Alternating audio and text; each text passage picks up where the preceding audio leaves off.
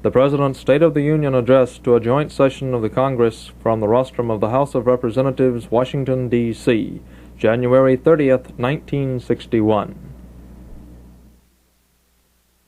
Vice President, members of the Congress, it is a pleasure to return from whence I came.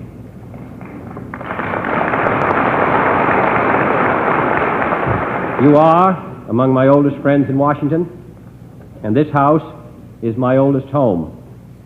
It was here more than 14 years ago that I first took the oath of federal office.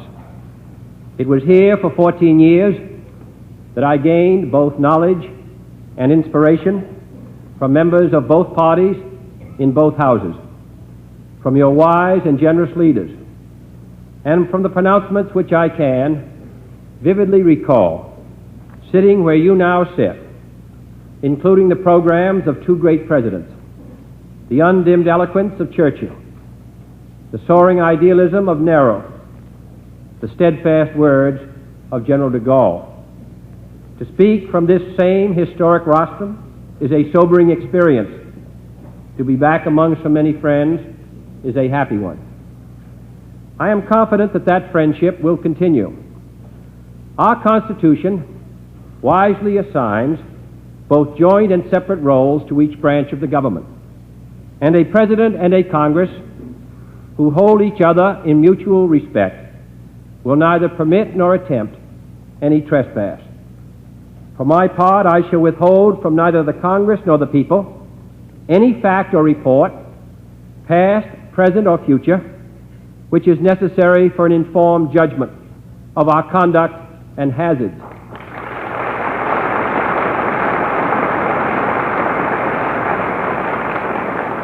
I shall neither shift the burden of executive decisions to the Congress nor avoid responsibility for the outcome of those decisions. I speak today in an hour of national peril and national opportunity. Before my term has ended, we shall have to test anew whether a nation organized and governed such as ours can endure. The outcome is by no means certain. The answers are by no means clear. All of us together, this administration, this Congress, this nation, must forge those answers. But today, were I to offer, after little more than a week in office, detailed legislation to remedy every national ill, the Congress would rightly wonder whether the desire for speed had replaced the duty of responsibility. My remarks, therefore, will be limited, but they will also be candid. To state the facts frankly is not to despair the future nor indict the past. The prudent heir takes careful inventory of his legacies and gives a faithful accounting to those whom he owes an obligation of trust. And while the occasion does not call for another recital of our blessings and assets, we do have no greater asset than the willingness of a free and determined people, through its elected officials, to face all problems frankly and meet all dangers free from panic or fear. The present state of our economy is disturbing. We take office in the wake of 7 months of recession, 3.5 years of slack, 7 years of diminished economic growth, and 9 years of falling farm income. Business bankruptcies have reached their highest level since the Great Depression. Since 1951, farm income has been squeezed down by 25%. Save for a brief period in 1958, insured unemployment is at the highest peak in our history. Of some 5.5 million Americans who are without jobs, more than 1 million have been searching for work for more than 4 months. And during each month, some 150,000 workers are exhausting their already meager jobless benefit rights.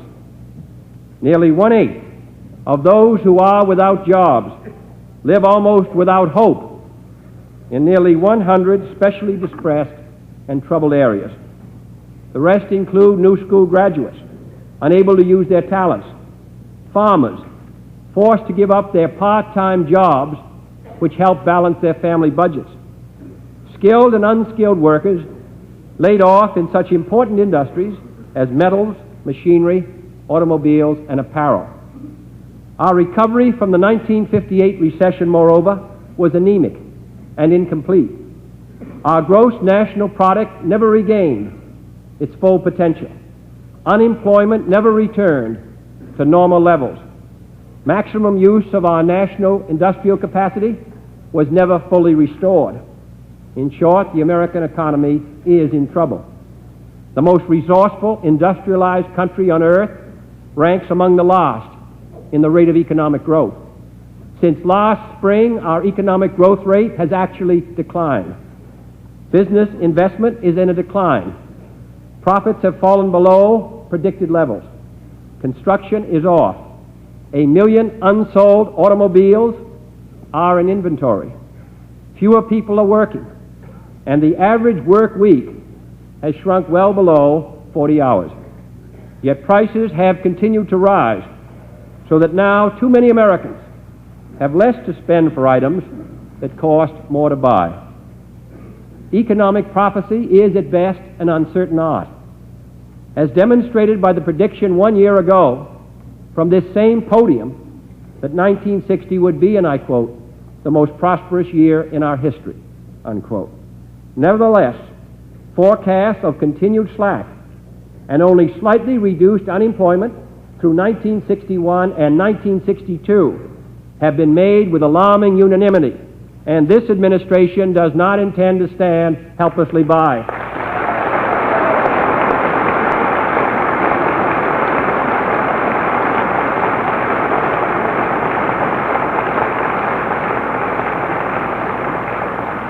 We cannot afford to waste idle hours and empty plants while awaiting the end of the recession. We must show the world what a free economy can do to reduce unemployment, to put unused capacity to work, to spur new productivity, and to foster high economic growth within a range of sound fiscal policies and relative price stability. I will propose to the Congress within the next 14 days measures to improve unemployment compensation through temporary increases in duration on a self-supporting basis, to provide more food for the families of the unemployed and to aid their needy children, to redevelop our areas of chronic labor surplus, to expand the services of the U.S. Employment Office, to stimulate housing and construction, to secure more purchasing power for our lowest paid workers by raising and expanding the minimum wage, to offer tax incentives for sound plant investment, to increase the development of our natural resources, to encourage price stability, and to take other steps aimed at ensuring a prompt recovery and paving the way for increased long-range growth. This is not a partisan program concentrating on our weaknesses. It is, I hope, a national program to realize our national strength.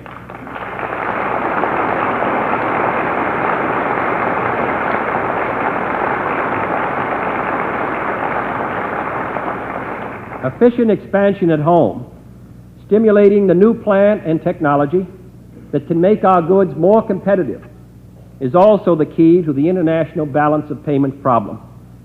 Laying aside all alarmist talk and panicky solutions, let us put that knotty problem in its proper perspective. It is true that since 1958, the gap between the dollars we spend or invest abroad and the dollars returned to us has substantially widened. This overall deficit in our balance of payments increased by nearly $11 billion in the last 3 years, and holders of dollars abroad converted them to gold in such a quantity as to cause a total outflow of nearly $5 billion of gold from our reserves. The 1959 deficit was caused in large part by our failure of our exports to penetrate foreign markets, the result both of restrictions on our goods and our own uncompetitive prices.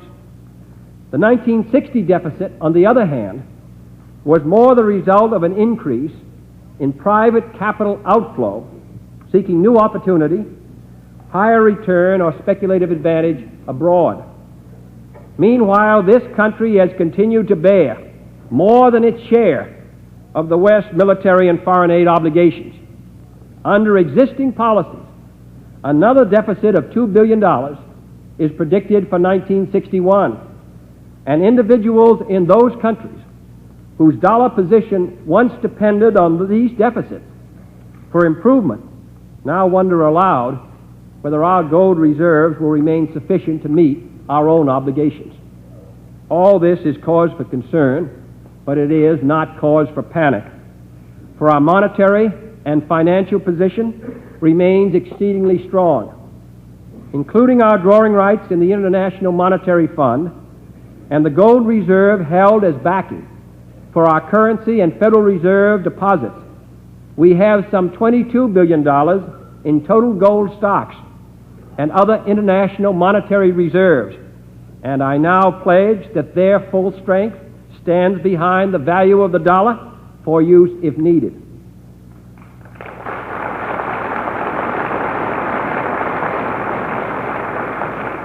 Moreover, we hold large assets abroad. The total owed this nation far exceeds the claim upon our reserves, and our exports once again substantially exceed our imports. In short, we need not and we shall not take any action to increase the dollar price of gold from $35 an ounce.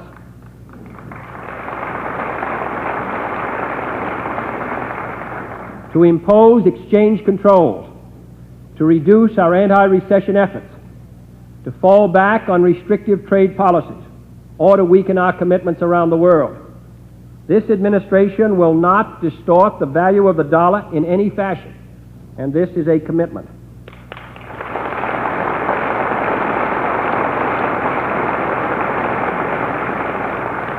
Prudence and good sense do require, however, that new steps be taken to ease the payment deficits and prevent any gold crisis. Our success in world affairs has long depended in part upon foreign confidence in our ability to pay.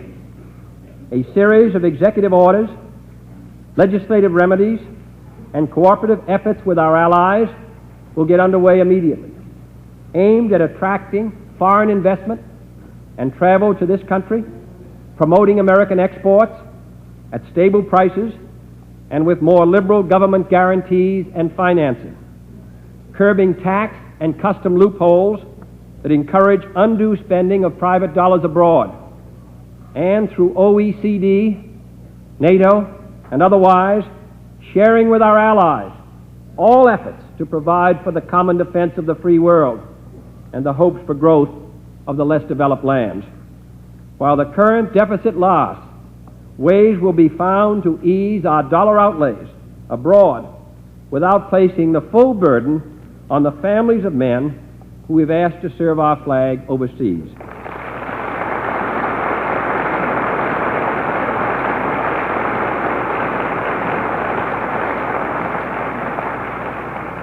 In short, whatever is required will be done to back up all our efforts abroad and to make certain that in the future, as in the past, the dollar is as sound as a dollar. But more than our exchange of international payments is out of balance. The current federal budget for fiscal 1961 is almost certain to show a net deficit.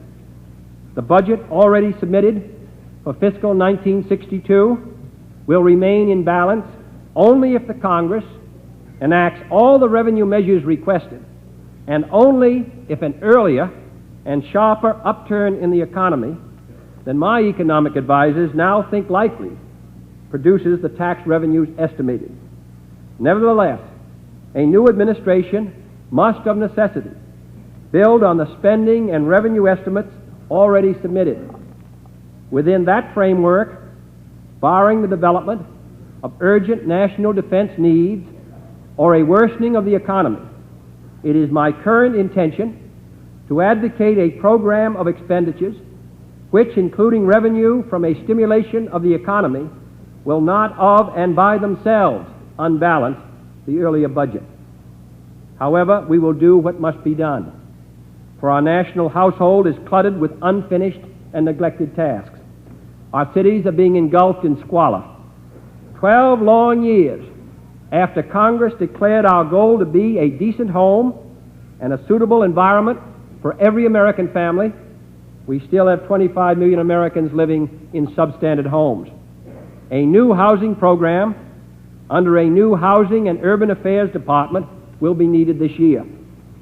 Our classrooms contain 2 million more children than they can properly have room for, taught by 90,000 teachers not properly qualified to teach. 1/3 of our most promising high school graduates are financially unable to continue the development of their talents. The war babies of the 1940s, who overcrowded our schools in the 1950s, are now descending in 1960 upon our colleges, with 2 college students for every one 10 years from now, and our colleges are ill-prepared. We lack the scientists, the engineers, and the teachers our world obligations require. We have neglected oceanography, saline water conversion, and the basic research that lies at the root of all progress. Federal grants for both higher and public school education can no longer be delayed.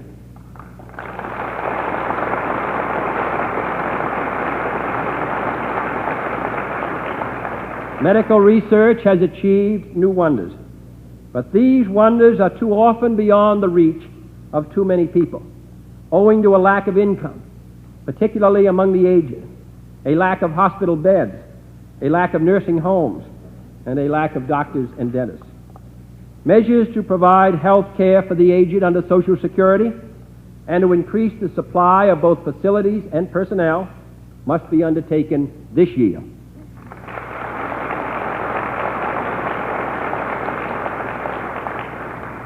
Our supply of clean water is dwindling. Organized and juvenile crime cost the taxpayers millions of dollars every year, making it essential that we have improved enforcement and new legislative safeguards. The denial of constitutional rights to some of our fellow Americans on account of race, at the ballot box and elsewhere, disturbs the national conscience and subjects us to the charge of world opinion that our democracy is not equal to the high promise of our heritage. Morality in private business has not been sufficiently spurred by morality in public business.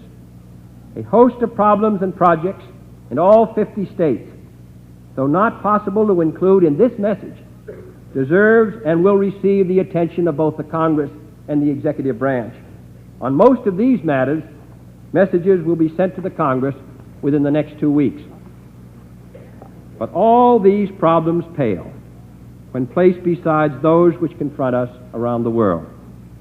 No man entering upon this office, regardless of his party, regardless of his previous service in Washington, could fail to be staggered upon learning, even in this brief 10-day period, the harsh enormities of the trials through which we must pass in the next 4 years. Each day the crises multiply. Each day their solution grows more difficult. Each day we draw nearer the hour of maximum danger as weapons spread and hostile forces grow stronger. I feel I must inform the Congress that our analysis over the last 10 days make it clear that in each of the principal areas of crisis, the tide of events has been running out and time has not been our friend. In Asia, the relentless pressures of the Chinese communists menace the security of the entire area, from the borders of India and South Vietnam to the jungles of Laos, struggling to protect its newly won independence. We seek in Laos what we seek in all Asia, and indeed in all of the world: freedom for the people and independence for the government.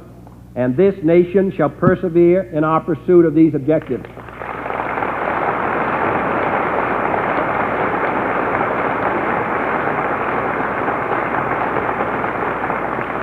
In Africa, the Congo has been brutally torn by civil strife, political unrest, and public disorder. We shall continue to support the heroic efforts of the United Nations to restore peace and order, efforts which are now endangered by mounting tensions, unsolved problems, and decreasing support from many member states. In Latin America, communist agents seeking to exploit that region's peaceful revolution of hope have established a base on Cuba, only 90 miles from our shore. Our objection with Cuba is not over the people's drive for a better life. Our objection is to their domination by foreign and domestic tyrannies.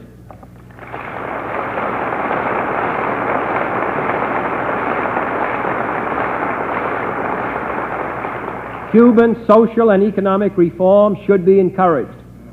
Questions of economics and trade policy can always be negotiated, but communist domination in this hemisphere can never be negotiated.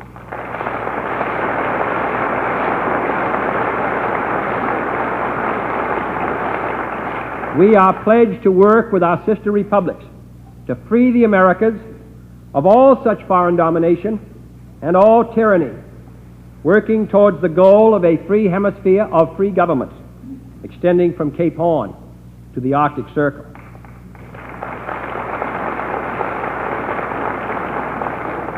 In Europe, our alliances are unfilled and in some disarray. The unity of NATO has been weakened by economic rivalry and partially eroded by national interest. It has not yet fully mobilized its resources nor fully achieved a common outlook. Yet no Atlantic power can meet on its own the mutual problems now facing us in defense, foreign aid, monetary reserves, and a host of other areas. And our close ties with those whose hopes and interests we share are among this nation's most powerful assets. Our greatest challenge is still the world that lies beyond the Cold War. But the first great obstacle is still our relations with the Soviet Union and Communist China. We must never be lulled into believing that either power has yielded its ambitions for world domination, ambitions which they forcefully restated only a short time ago.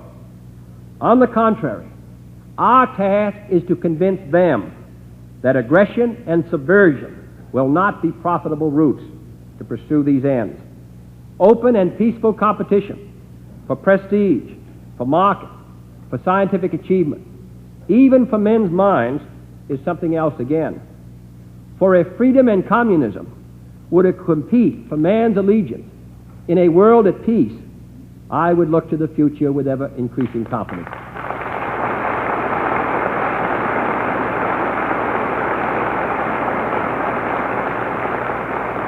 To meet this array of challenges, to fulfill the role we cannot avoid on the world scene, we must re-examine and revise our whole arsenal of tools. One must not overshadow the other. On the presidential coat of arms, the American eagle holds in his right talon the olive branch, while in his left he holds a bundle of arrows. We intend to give equal attention to both.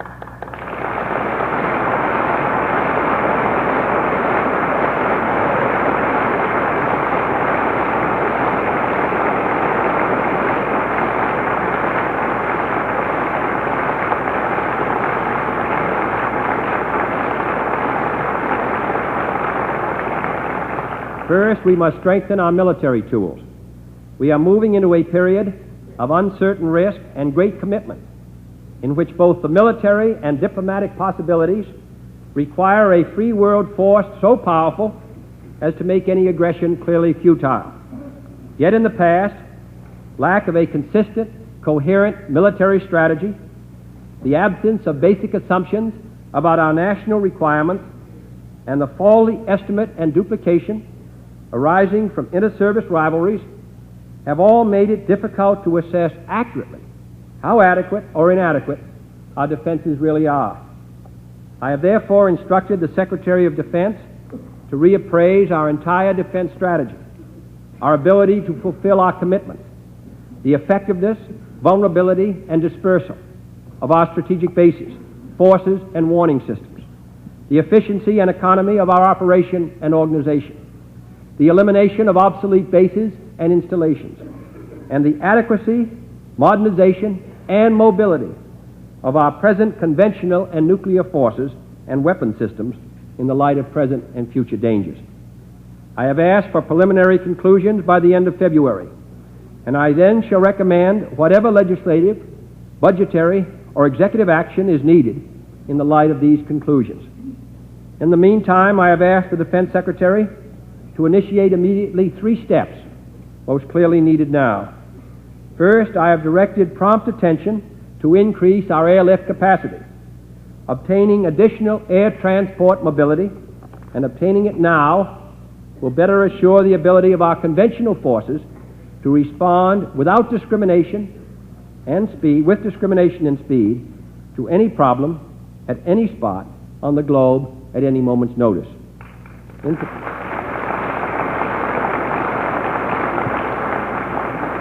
In particular, it will enable us to meet any deliberate effort to avoid or divert our forces by starting limited wars in widely scattered parts of the globe. B, I've directed prompt action to step up our Polaris submarine program, using unobligated shipbuilding funds now to let contracts originally scheduled for the next fiscal year will build and place on station, at least 9 months earlier than planned, substantially more units of a crucial deterrent, a fleet that will never attack first, but possess sufficient powers of retaliation concealed beneath the sea to discourage any aggressor from launching an attack upon our security.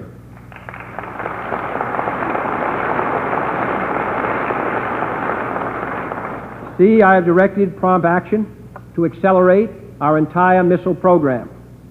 Until the Secretary of Defense's reappraisal is completed, the emphasis here will be largely on improved organization and decision-making, on cutting down the wasteful duplications and the time lag that have handicapped our whole family of missiles. If we are to keep the peace, we need an invulnerable missile force, powerful enough to deter any aggressor from even threatening an attack that he would know could not destroy enough of our own forces to prevent his own destruction. For as I said upon taking the oath of office, only when our arms are sufficient beyond doubt can we be certain beyond doubt that they will never be employed.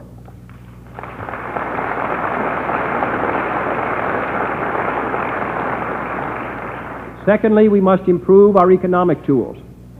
Our role is essential and unavoidable in the construction of a sound and expanding economy for the entire non-communist world, helping other nations build the strength to meet their own problems, to satisfy their own aspirations, to surmount their own dangers. The problems in achieving this goal are towering and unprecedented. The response must be towering and unprecedented as well, much as Lend-Lease and the Marshall Plan were in earlier years, which brought such fruitful results. I intend to ask the Congress for authority to establish a new and more effective program for assisting the economic, educational, and social development of other countries and continents.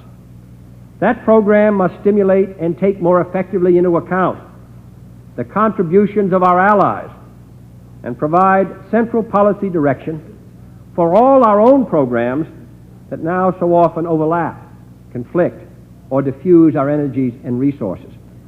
Such a program, compared to past programs, will require more flexibility for short-run emergencies, more commitment to long-term development, new attention to education at all levels, greater emphasis on the recipient nation's role, their effort, their purpose, with greater social justice for their people, a broader distribution and participation by their people, and more efficient public administration and more efficient tax systems of their own, and orderly planning for national and regional development instead of a piecemeal approach. I hope the Senate will take early action, approving the convention establishing the Organization for Economic Cooperation and Development. This will be an important instrument in sharing with our allies this development effort, working towards the time when each nation will contribute in proportion to its ability to pay. For while we are prepared to assume our full share of these huge burdens, we cannot and must not be expected to bear them alone.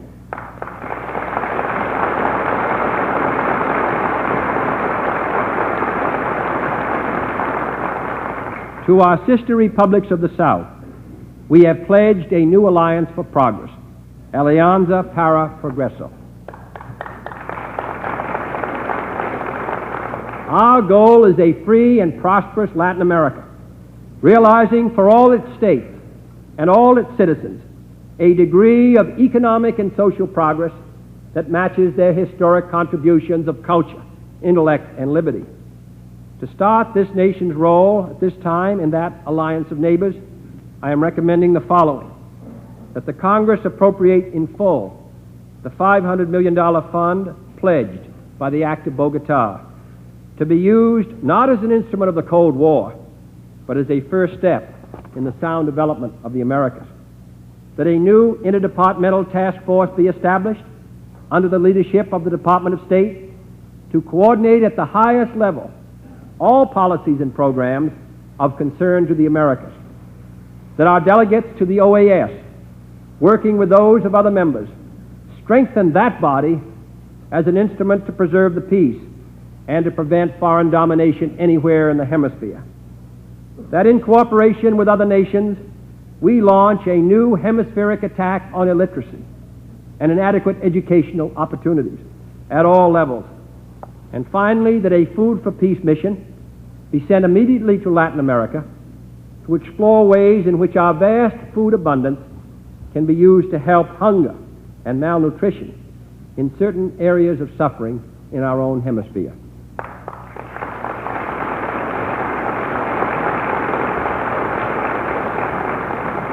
This administration is expanding its Food for Peace program in every possible way. The product of our abundance must be used more effectively to relieve hunger and help economic growth in all corners of the globe.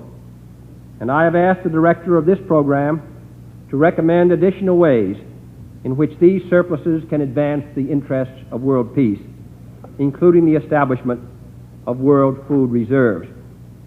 An even more valuable national asset is our reservoir of dedicated men and women, not only at our college campuses, but in every age group, who have indicated their desire to contribute their skills, their efforts, and a part of their lives to the fight for world order.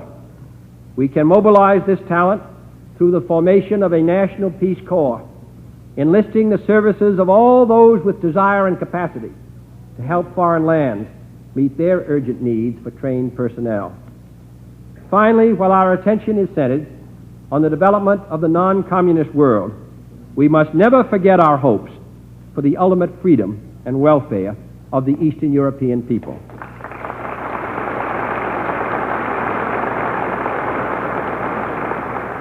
In order to be prepared to help reestablish historic ties of friendship, I am asking the Congress for increased discretion to use economic tools in this area whenever this is found to be clearly in the national interest. This will require amendment of the Mutual Defense Assistance Control Act along the lines I proposed as a member of the Senate and upon which the Senate voted last summer.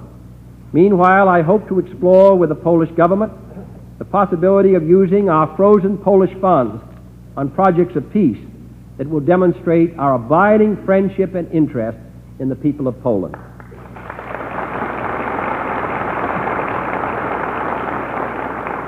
Third, we must sharpen our political and diplomatic tools, the means of cooperation and agreement on which an enforceable world order must ultimately rest.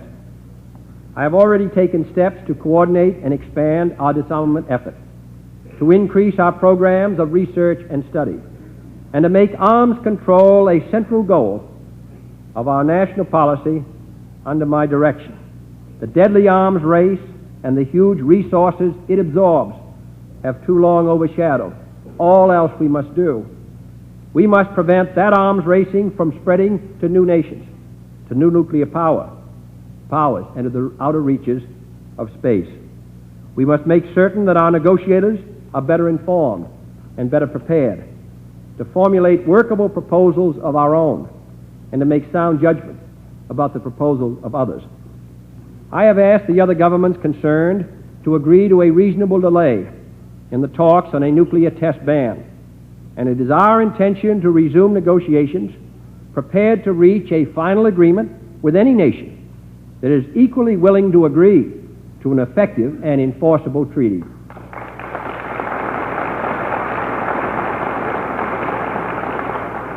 We must increase our support of the United Nations as an instrument to end the Cold War instead of an arena in which to fight it. In recognition of its increasing importance and the doubling of its membership, we are enlarging and strengthening our own mission to the UN. We shall help ensure that it is properly financed.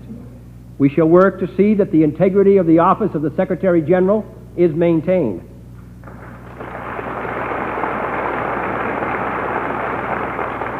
And I would address a special plea to the smaller nations of the world to join with us in strengthening this organization, which is far more essential to their security than it is to ours.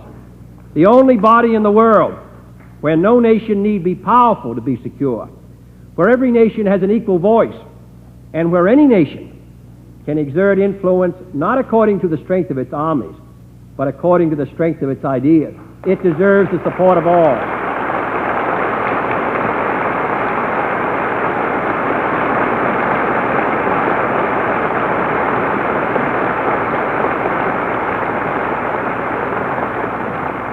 Finally, this administration intends to explore promptly all possible areas of cooperation with the Soviet Union and other nations to invoke the wonders of science instead of its terrors.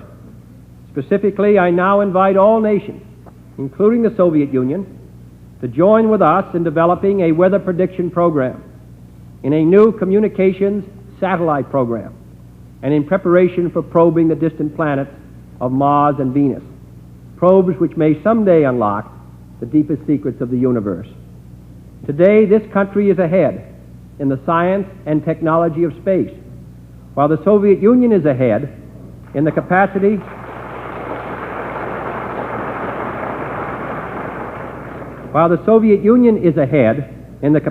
to lift large vehicles into orbit. Both nations would help themselves as well as other nations by removing these endeavors from the bitter and wasteful competition of the Cold War.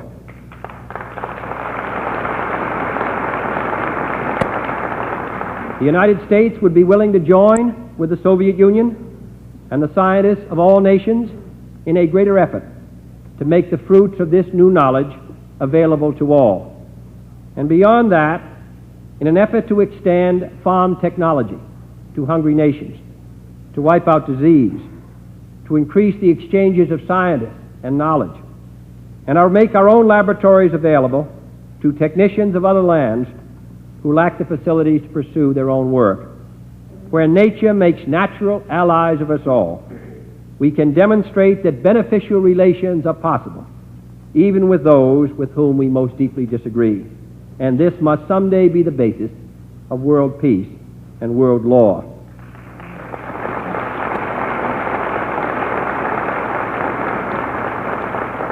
I have commented on the state of the domestic economy, our balance of payments, our federal and social budget, and the state of the world.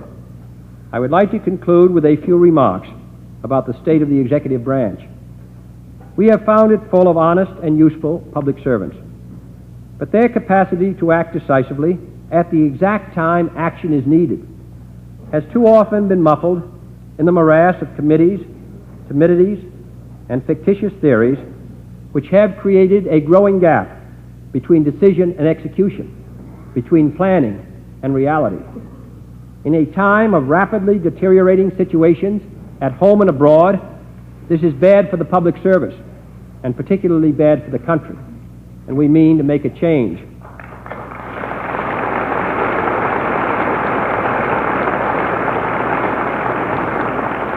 I have pledged myself and my colleagues in the Cabinet to a continuous encouragement of initiative, responsibility, and energy in serving the public interest.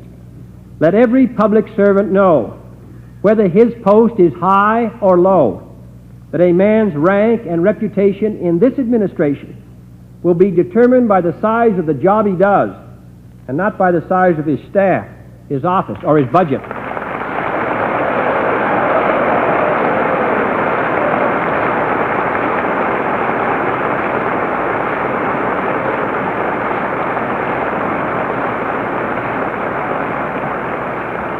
Let it be clear that this administration recognizes the value of dissent and daring, that we greet healthy controversy as the hallmark of healthy change. Let the public service be a proud and lively career, and let every man and woman who works in any area of our national government, in any branch, at any level, be able to say with pride and with honor in future years, I served the United States government in that hour of our nation's need.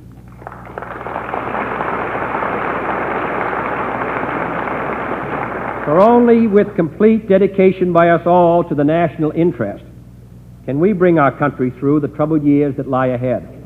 Our problems are critical. The tide is unfavorable. The news will be worse before it is better. And while hoping and working for the best, we should prepare ourselves now for the worst. We cannot escape our dangers. Neither must we let them drive us into panic or narrow isolation.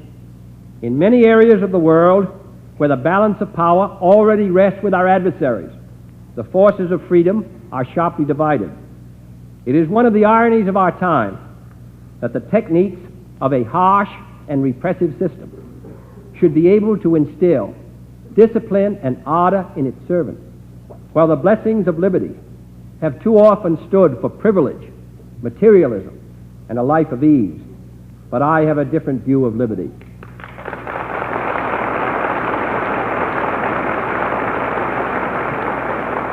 Life in 1961 will not be easy. Wishing it, predicting it, even asking for it will not make it so. There will be further setbacks before the tide is turned, but turn it we must. The hopes of all mankind rest upon us, not simply upon those of us in this chamber, but upon the peasant in Laos, the fisherman in Nigeria, the exile from Cuba, the spirit that moves every man and nation who shares our hopes for freedom and the future. And in the final analysis, they rest most of all upon the pride and perseverance of our fellow citizens of the great republic. In the words of a great president, whose birthday we honor today, closing his final State of the Union message 16 years ago, we pray that we may be worthy of the unlimited opportunities that God has given us.